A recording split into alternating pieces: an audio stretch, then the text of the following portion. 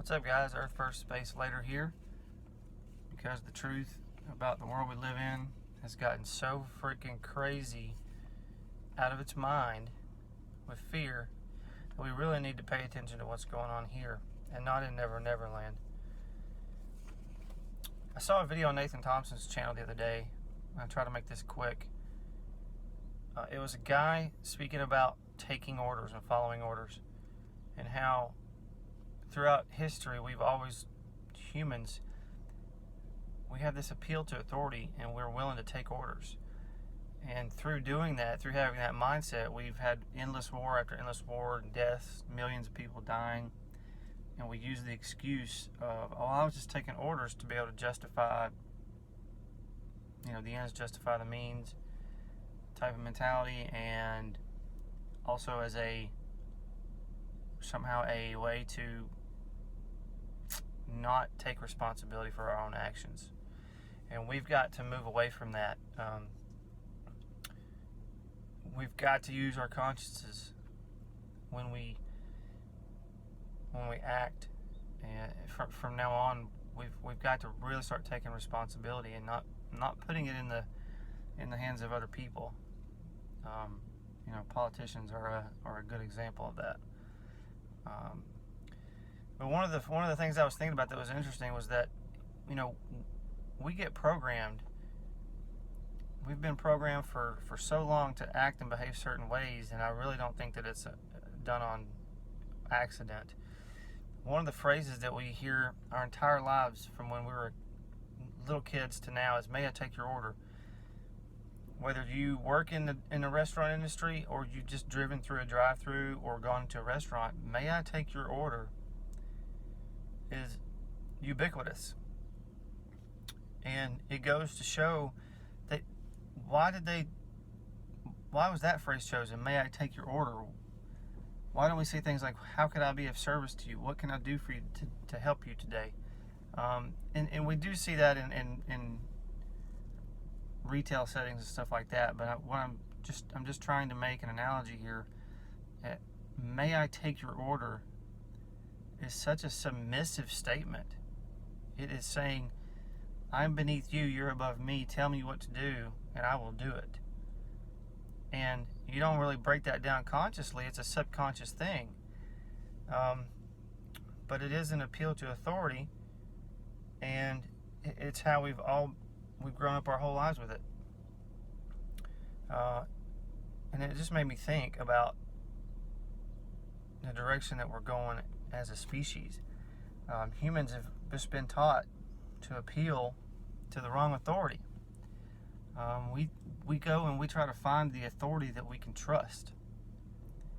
And that's why we are so confused, is because we're looking at the wrong authorities. The only authority that we really have is God. And guess what? God requires faith, and that's hard for a lot of people to swallow.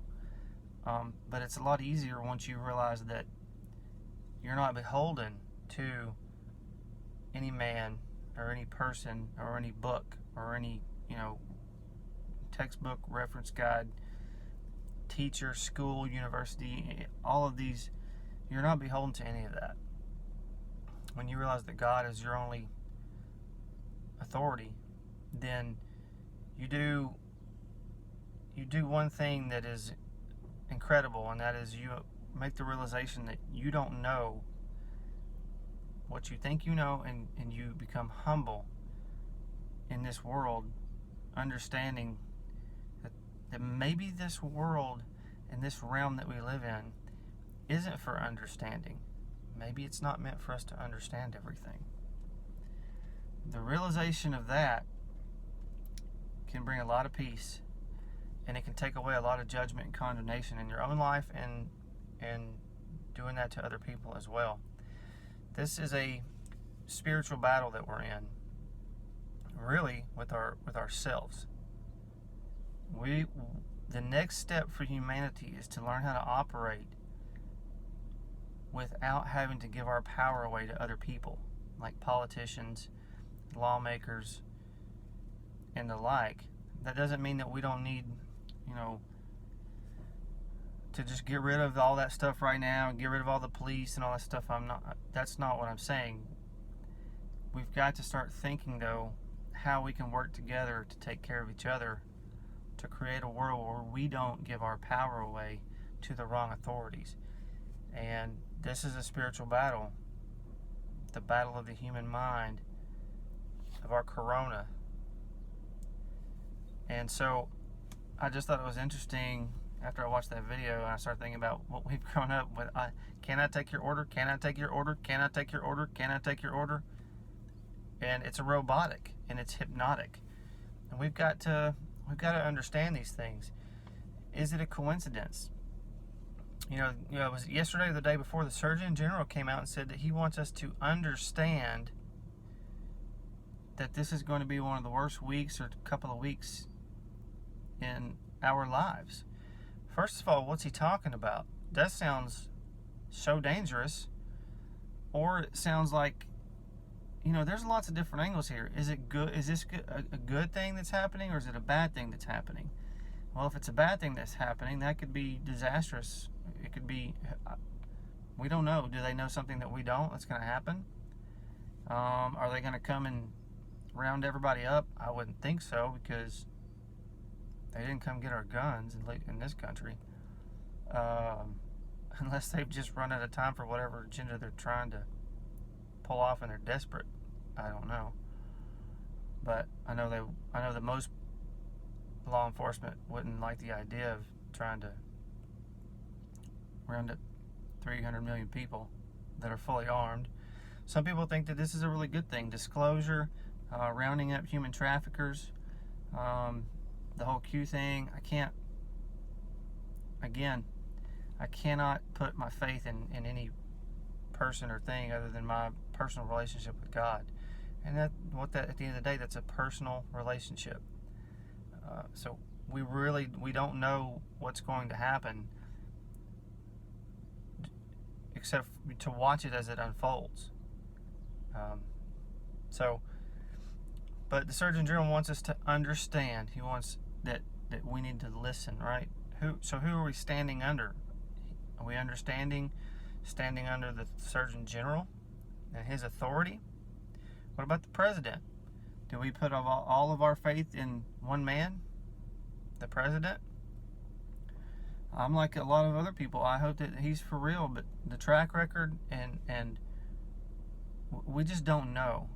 I think that he's done a lot of really great things for the country as far as the economy goes and all that. And I think everybody wants to have that little bias, maybe, that this could really be a moment where some really bad people are going to get justice. But we don't know. We have to remember that. We don't know. And we can't just, sit idly by and do nothing. We've got to move this thing forward as far as the idea that we are going to move on with our consciousness to a place where we don't need the system to be set up the way it is right now. Governments, lawmakers, politicians, electing people to positions of power that are supposed to serve us, and then they don't serve us. They actually defraud us and they steal our money, and we still obey. We still let them order us. We take their order. So this could be way deeper than the shape of the earth or anything that this community talks about. I mean, the shape of the earth is huge, and it really is one of the biggest issues of the day. But there's all kinds of other things that we just don't know. We have to admit that we don't know them, and we have to humble ourselves about that and really be truthful with ourselves, because that's where you're going to find the peace. Aside from the shape of the earth, think about all the civilizations that we've had. All these ancient civilizations that have